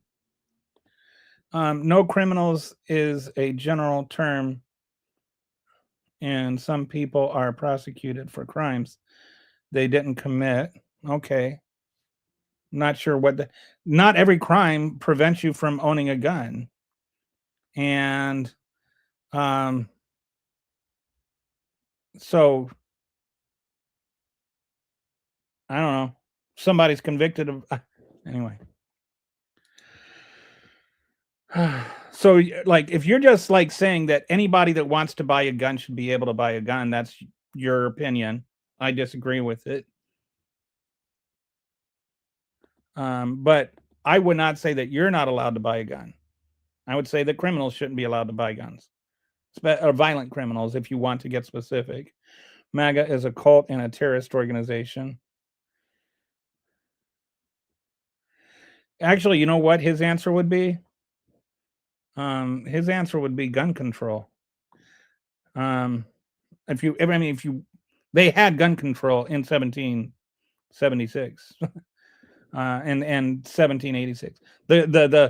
The Second Amendment was ratified in 1791. The first two laws that were passed afterwards were the First and Second Militia Act, which were put down insurrections. Shortly thereafter, George Washington led the militia to put down an insurrection.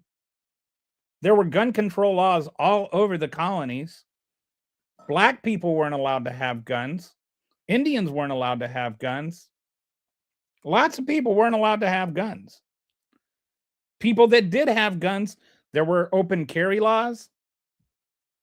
There were laws against open carry, or against concealed carry. I'm sorry. There were laws that said where you could take your guns. There were laws about where you could store your guns.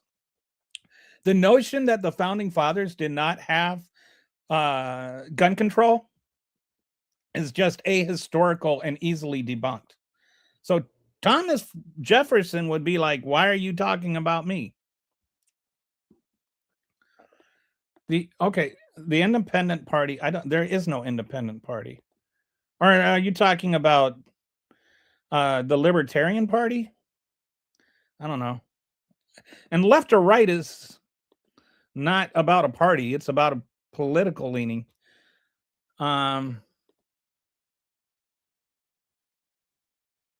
Okay, man can't get 10 likes. Okay, any suggestions that don't impact lawful gun owners? Yes. Have I made any suggestions that do impact lawful gun owners? The only impact on lawful gun owners is it makes it easier for lawful gun owners to own guns.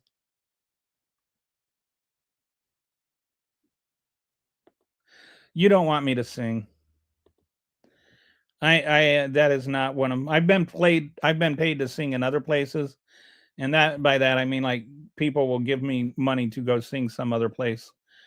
Guns brought my freedom. Guns are right. A woman that speaketh her mind and a witch. Then you'd hear several loud booms. Did you mean? Oh, is that what Thomas Jefferson would say? Do you mean specifically felons? I mean violent criminals. And in certain cases, like where there have been noticeable red flags, like a domestic abuser that's got divorce and a restraining order. And I think that those things would have to be signed off by, like a judge would have to sign a warrant. I think that there should be serious judicial review before you do it. But I also think that, like, women should not have to be living in fear for their life because they divorced their husband. And I think that there are like plenty of cases where people have been murdered because there weren't these things. So they're like, the other side of it is like, people have a right to breathe and shouldn't have to like be put in a place where they have to decide whether to murder their ex-husband or be murdered by their ex-husband. We've compromised for over a century. We've given, how old are you?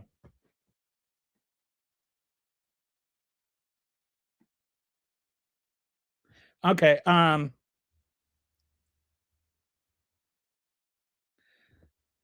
That's just a lot of NRA blah blah blah. You're not sacrificing anything. I will just say that. Like the rest of it is too weird to get into. But I'm not asking you. What am I asking you to sacrifice?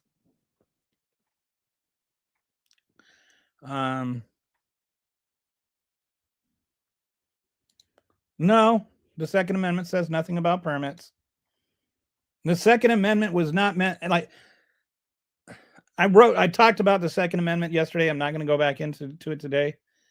But the Second Amendment was not like written as the totality of all gun laws. If they didn't have gun control, why did they have gun control? Yes, people kill people. Guns don't kill people, people do. So why do we want to give people that kill people guns? Like, why is it like you think that's some sort of like gotcha? You're just owning yourself. All I'm saying is, okay, yes, people kill people. So the people that kill people, let's not give them guns to kill people. If you truly care and truly want some progress, then push for school security. Whenever, like almost every time you see a school shooting where there's a school guard there with an armed school guard, the first person killed is the guard. This is like something that Donald Trump spouted off one time. And so now it's become the talking point from the right. This is just, it is not helpful. There's no anything that indicates that school guards, having armed school guards, has any use in shooting.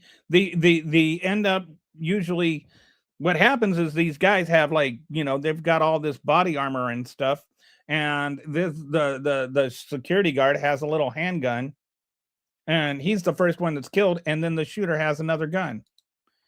Nerd, thank you.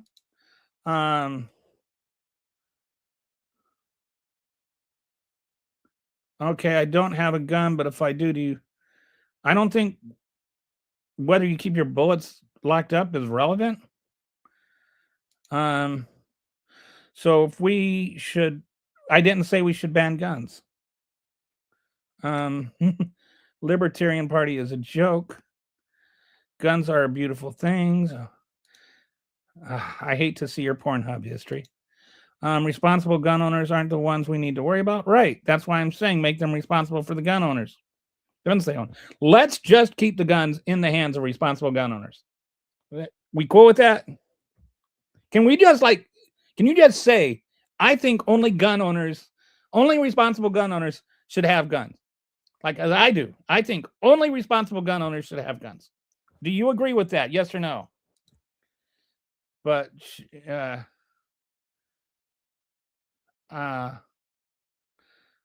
don't know. Should be like the cars need to pass a license. They're like I don't know where I fall on that. I think you're talking about like a safety class or something like that, and you have to like pass a test that you understand how it's done. A lot of that, like, and then people say, well, I've been around guns my whole life. I know how to set, then the gun, they end up shooting themselves in the foot 3 days later. I think there needs to be more gun control. The amount of time I've been threatened in a school with gun violence because I'm trans. Oh, I'm sorry. That,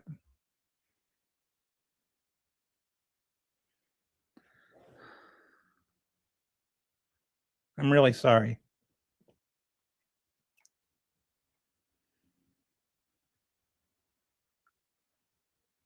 Like, that really makes me sad. My nephew is trans, and the trans community, I really feel for you guys.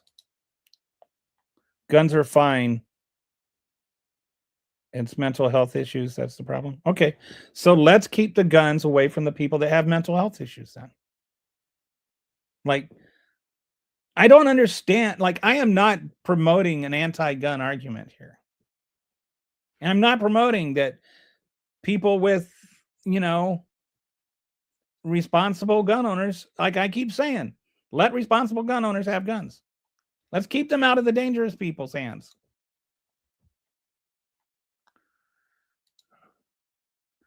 I don't know how you made the thing teal. That's kind of cool. Legalize. I don't know what that is or what that means. Sadie, I don't know what that means. People had common sense back then. Well, not really. They like own people, dude. I do myself with substance abuse. I don't need a gun. Side note, you research Mock versus Garland. No, I'm not gonna be your little monkey. If you ban SSR, okay, that's an opinion. The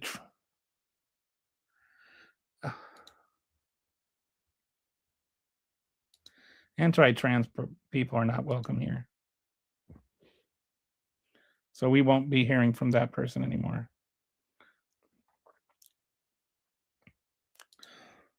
We've tried school security, but why does it even have to? Okay, why does it have to be one or the other? Why do we have to like have more school shootings before we say, hey, let's keep the hands out of criminals? Why does it need to be that we can't do the thing that might work? Instead, we have to keep doing the thing that we know doesn't work. There is no infringement. How are you being infringed? What is the infringement? You keep saying things that indicate you're not listening. I'm responding to your arguments.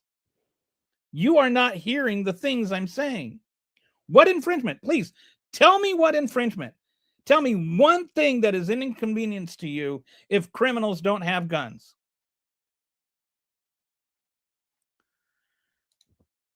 And why is that relevant? I'm not talking about keeping guns away from honest, ordinary people. You're gonna hurt some. So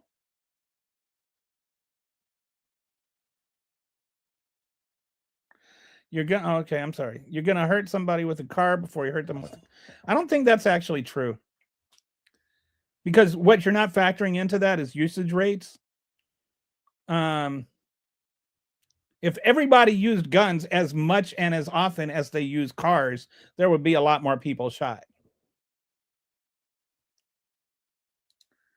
We got an ooh here. I don't know what the ooh. I love oak. Okay. Have open carry laws, have conceal laws. The founding fathers didn't. I'm not talking about taking those away. I'm saying don't let criminals have guns.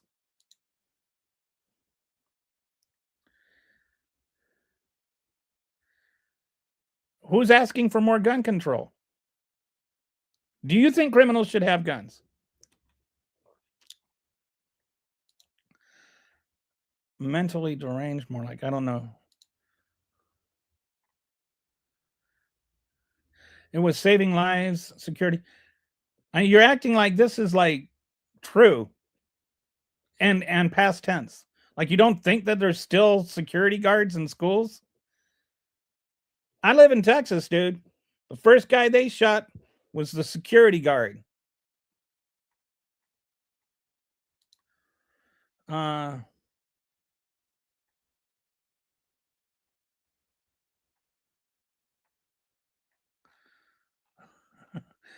well, that's between you and your wife. Most schools have cops anyway. Hello. Hi. Oh, I think I've seen you before. Uh,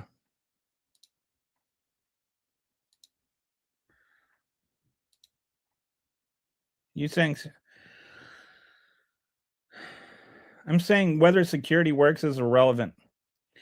I'm saying if the security is there and nobody comes in with a gun because they weren't able to get a gun, then what's the point of, why do we need to have that discussion? Why not keep the guns out of the people that are going to do the shooting? Um Depends on why it hurts.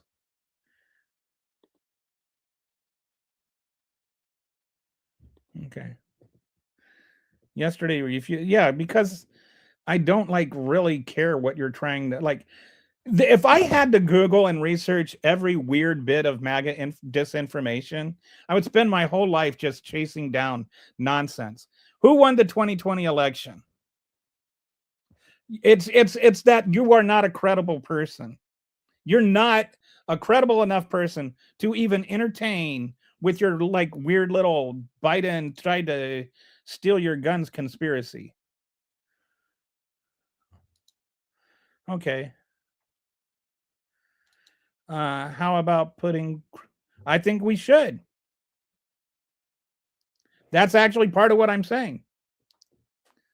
You have barely anybody that buys a gun that's a criminal going to jail for it. So let's put them in jail for it.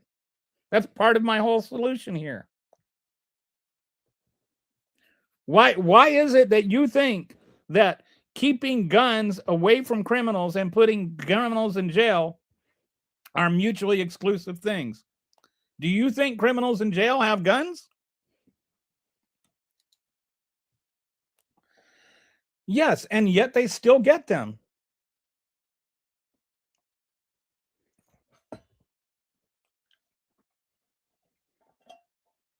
So don't you think that it is a responsible thing to do to look at how and try to find a way to prevent that from happening? Again, I'm not trying to prevent you from having a gun. I'm trying to prevent criminals from having gun.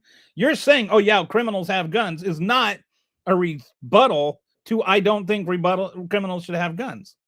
Do you have a better solution?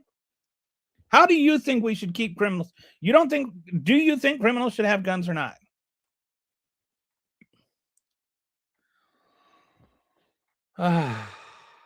Okay.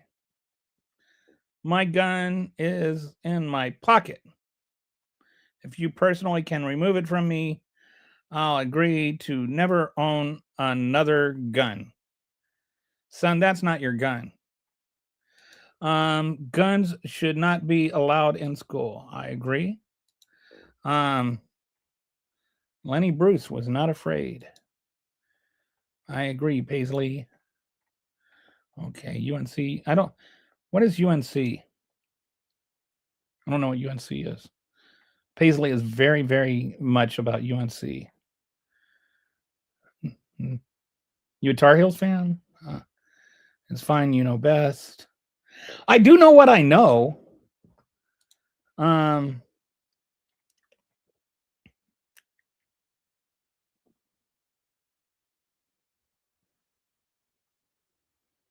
Yeah, but people like how many like imagine that you lived in whatever Chicago. Everybody went out on 90 and 94 and just started shooting each other, started firing off their guns from 5 to 8 p.m. or 3 to 6 p.m. or whatever it is. And just like hundreds of thousand people just shooting guns.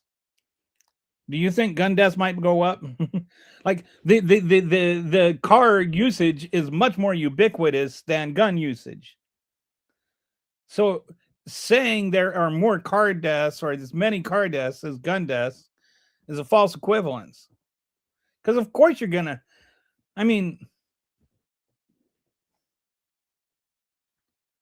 you have millions and millions, like hundreds of millions of people driving cars every day for hours a day.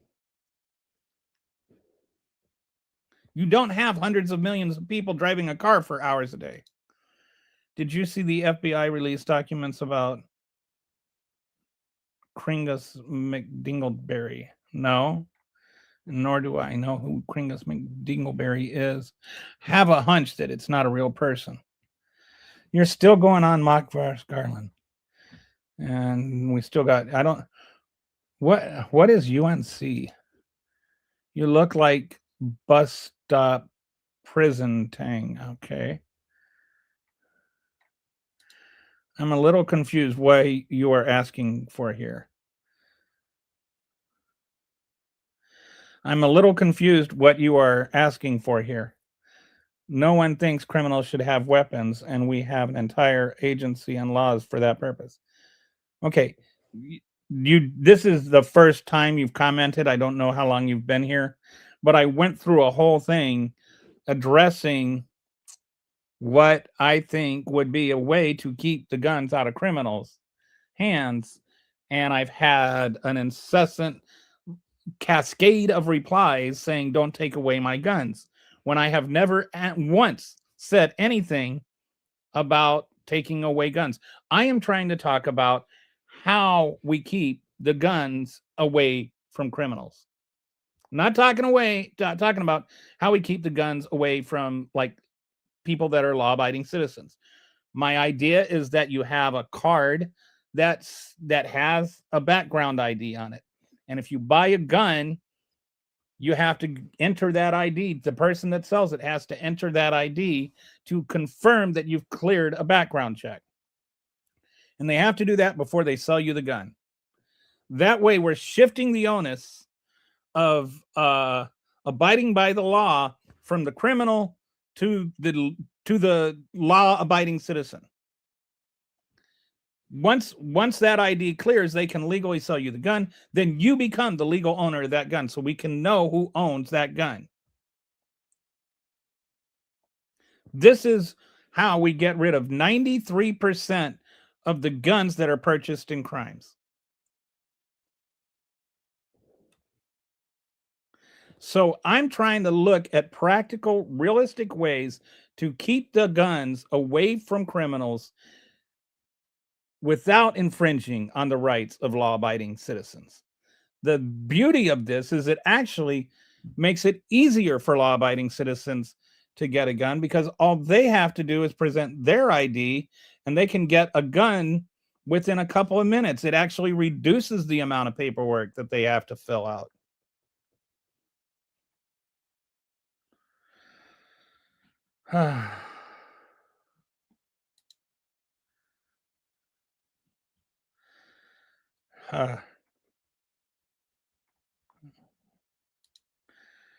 Who allows guns at school? If criminals, you people, carried them, they wouldn't be so brave. Okay. Again, this is like really irrelevant. I'm not, if criminals didn't have guns, you wouldn't have to worry about them. I think you should get a gun once you graduate from jail. Better. Okay. Thank you. Yes. And I think we need to fund the agency better. Like, we have like 200,000 or 300,000. There's something called the Charleston waiver, because it's what's his name? What happened with him? Not the waiver. I forget the exceptioner. You get 3 days to finish the background check. If they're not done with it, the owner can sell you the gun anyway. And so you have people that would have failed background checks that end up buying the guns from gun stores legally that would not have been able to buy them if the background check had completed. And the reason background checks aren't being completed is because the agency is understaffed. So I'm saying, like, one thing we can do is staff the agency better so that we can process the background checks quicker, so that there are fewer illegal sales. And then that, like with my idea where you have it one that's already cleared, then there's not like a backlog.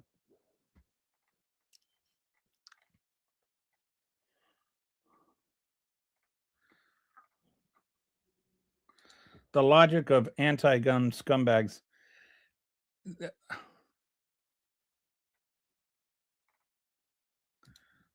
Mass shooting went away when assault rifles were banned. They certainly went down. I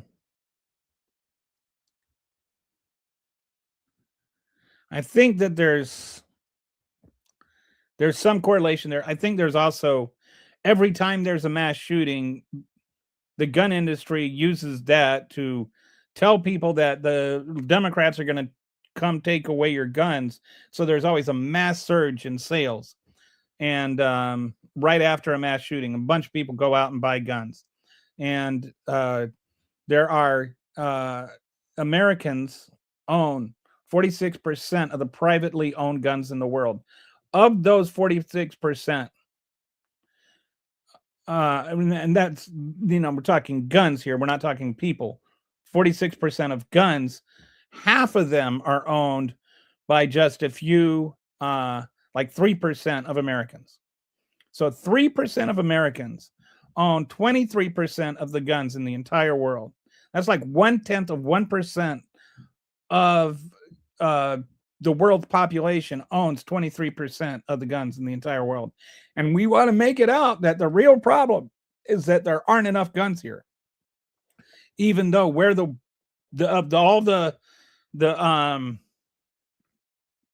first world nations, we have the biggest gun problem. We have the highest murder rate. What if everybody in the world went outside and shot a gun in the same time in the opposite direction of the spin on the earth? There would probably be a lot of dead people. So you're arguing common sense rules then. You need a license to... Yeah, I'm just arguing common sense rules. And in terms of that license, and if you missed it earlier, the whole idea would be that there would be an independent agency that would take care of it. Everything would be encrypted, and the only way you could access that database would be if you had a federal warrant for a specific registered weapon, and then you could only get the information about the person that owns that gun. There'd be no way that anybody could ever get any information for anybody without a federal warrant, and not like a group of people, or like you could never go and get all the people in California. You'd have to enter the IDs one at a time.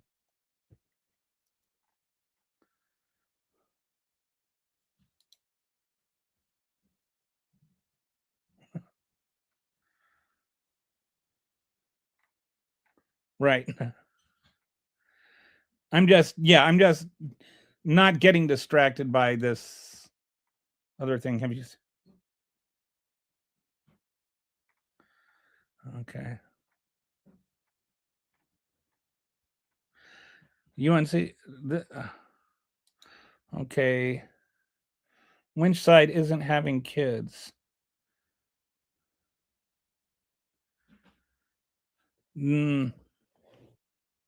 That's only because of immigration, actually. Well, actually, I think without immigration, the population is more or less stagnated, and we're almost to the point where it's going to start going down. And I'm not talking about illegal immigration. I'm talking about legal immigration, or legal immigration, not illegal immigration. Is the only reason the population is climbing right now. You won't keep criminals from... Yeah.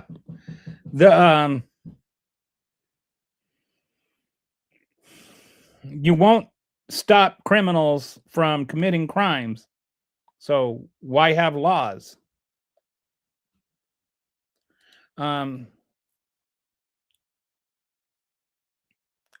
Yeah, we've covered all this. And there are, this is what's there. You do not, again, most guns that are used in crimes are not being, you don't need a background check for. You only have to clear the background check, depending on what state you live in. You only have to clear the background check if you're buying it from a federally approved gun store. Most states you can buy a gun secondhand. There's gift exceptions.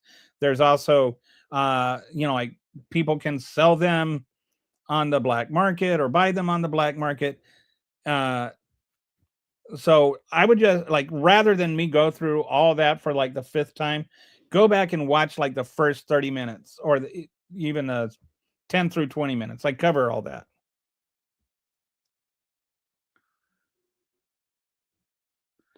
The problem is criminals are law-abiding citizens until they break the law.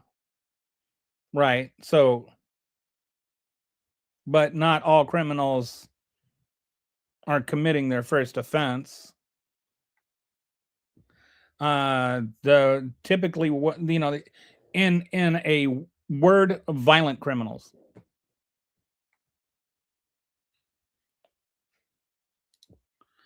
Well said. Well, has any? I mean, like, we currently have laws. Like, I wouldn't change what the current laws are regarding background checks in terms of who is and isn't eligible.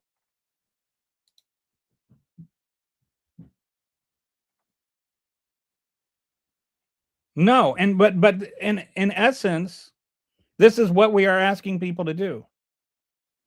We are putting the responsibility on gun owners or on the purchaser, not the seller. All guns, when they're first sold from the manufacturer, are sold legally. So if every time it's sold, we make sure that the person who legally bought it is selling it to somebody who can legally buy it, then we eliminate so many illegal purchases by criminals. We're putting the onus on the seller, not the buyer. Right now, a lot of states don't have any laws about it at all. The federal law isn't enforced, and there's no teeth in it. The whole point of what I'm trying to say is let's stop asking criminals to be honest and start asking responsible gun owners to be responsible for their guns. Yes, I am all right. I'm assuming you didn't hear this, what I had said 5 times now when you wrote this.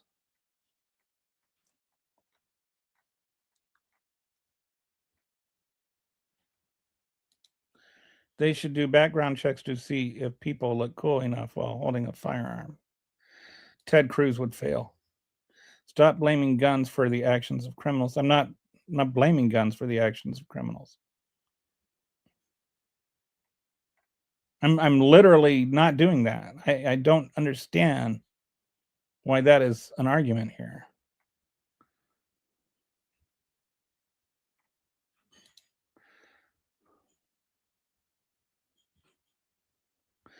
No, it is not complete bull. Like just saying it's complete, it is not. I just verified that today.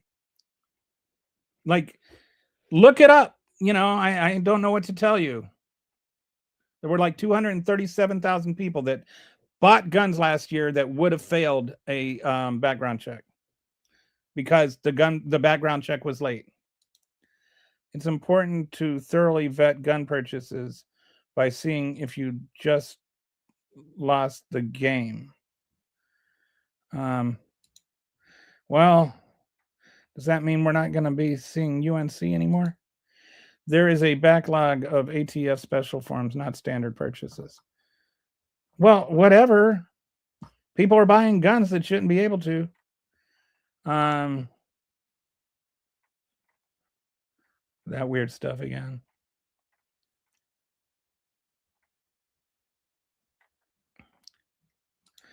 Do you think pineapple is an acceptable pizza topping? I think that anybody that wants to have a pizza should be able to have whatever they want on it. I am a pizza libertarian. I've been to 34 countries. I've lived in 5. I've had many, many different kinds of pizza, and some of them are weird. I've had squid on a pizza in Taiwan. I've had ketchup on a pizza in Brazil. I've had much weirder things than pineapple on pizza. Okay, somebody using a tard word.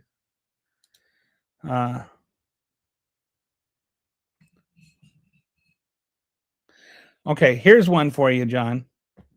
What if everybody in the world bent over and farted in the same direction?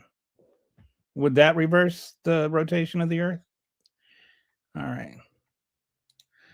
I'm sorry, there are so many people here who want the trolls or the comments and not carry it seriously. I appreciate that you are trying to have an honest conversation, and I recognize that. Which is why I'm trying to, explain. I've gone through this several times. The problem is there. I'll just briefly summarize it. The problem is twofold. One, the laws we have are not being enforced. Very, very few people are prosecuted for things like the two main ways that criminals get guns are either they buy them or they steal them.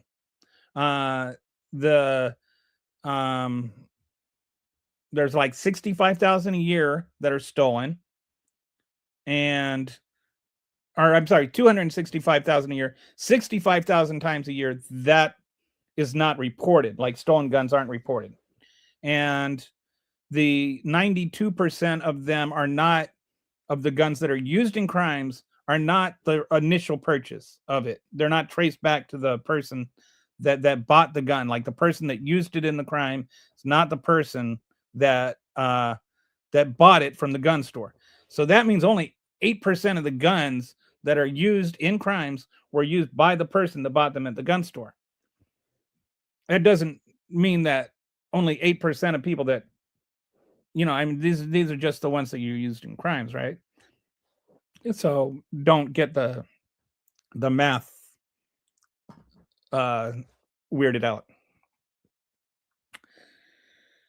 But how do we keep that? So all of those guns that were initially legally purchased from a gun store by a law-abiding citizen, how did they go from being in the hands of being a law-abiding citizen to being in the hands of the criminal? That's the thing we need to look at. There was a transaction somewhere. And certain percentage of the time they were stolen. I think 6 to 7% of the time they were found, usually at the scene of the crime. So like, in the Uvalde shooting, the guy used the security guard's gun to do some shootings, right? So like that was not a crime. Like that gun was initially legally purchased and found at the scene of the crime. But so like 7 plus 6%, that's 83. It's the 13%. So like you're talking about 80% of guns that are used at crimes were bought by someone that was not the initial purchaser, and they were purchased from somebody at a black market, through a friend, through a straw purchase. In some way they bought it from somebody else who bought it legally, or they bought it from somebody who bought it from somebody who bought it legally. There's a chain of ownership from the person who bought it legally to the criminal. What I'm saying is we monitor that chain. Every time there's a transaction with that gun, we keep track of it. And we make sure that every single time that gun is sold, it is purchased by somebody who can purchase it legally. And to ensure that that happens, we make it as unintrusive as possible. You show somebody this ID, they punch in the number on their phone, it comes up, you verify that the person that has that ID is right, You both do an e-signature and you sell the gun. Make it really easy to sell the gun. You make it really easy to buy the gun. Unless they're not qualified to buy it, in which case you tell them no. It's that simple. At some point, that chain breaks. That chain from legal gun owner to illegal gun owner breaks because you can't make that transaction, and you have to account for the gun you own. If you sold somebody a gun and you didn't have that transaction in it, you're still responsible for any crimes committed by that gun. So it puts the onus on the honest gun owner. They're making sure that they are not selling the gun to somebody that can't own it. You're making the law-abiding person responsible for abiding by the law. What we have right now is a system where somebody can just lie and still sell a gun. We have like plausible deniability. You can't knowingly sell somebody a gun that you know can't buy a gun, but you have no obligation to check and make sure they're telling the truth. You have no obligation to verify it. I think there are some states where there are some laws along those lines, but not along those lines. That's where most of your illegal transactions happen. And it's not just at gun shows, and it's not just people on Craigslist. It's a combination of all of those things. And if you want to, like, I'll show this again. I'll just drop this link in here. And it up at the top, it has how all of those transactions happen. So anyway, I hope that explains it. Okay, that doesn't really address anything. Saying common sense doesn't make it so. I know. Saying it's not common sense, just denying it's common sense doesn't mean it's not common sense. I have a logic that I laid out. Address the logic. He said he is strong.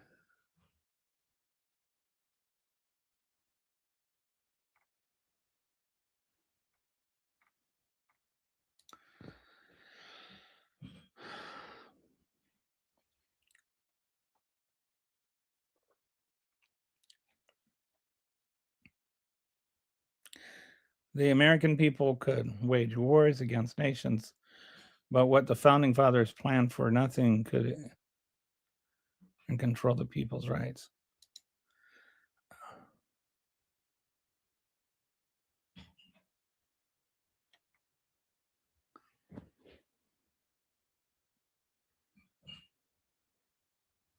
I want to make sure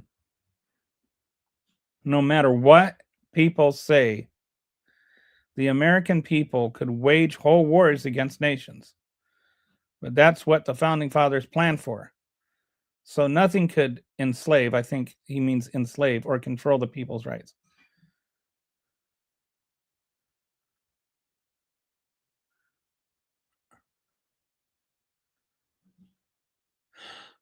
I cannot believe that somebody, if I can't, I can't be reading this accurately.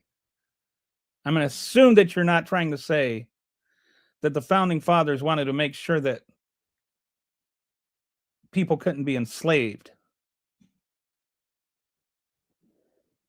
Because I'm pretty sure that's wrong. And if you think about it, you probably see where. Congratulations. I think the biggest barrier to sensible gun control is Michigan's Gay Corn Act.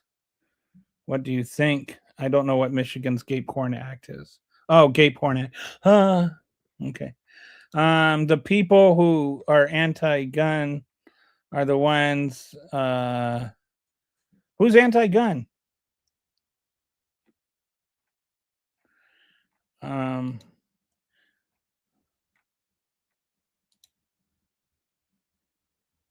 Yes, they are. Nobody's saying make them illegal. Somebody's saying, I'm saying, put teeth in it so that when people sell things on the black or sell guns on the black market, they go to jail for it.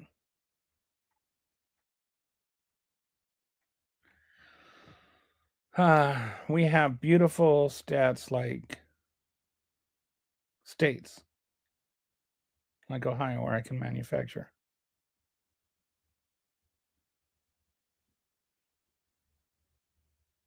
Oh, I think there's a side discussion on like pot laws or something. And the sellers are liable if they sell to someone who cannot legally buy it. I'm fine with closing the private sales here in Wisconsin.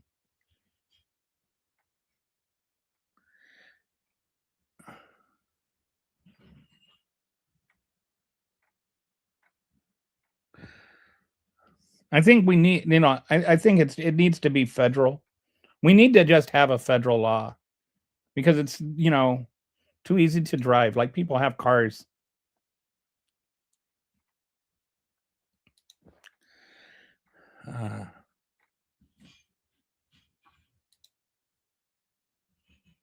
Oh, I know on your my comment was directed at those who keep putting words in your mouth.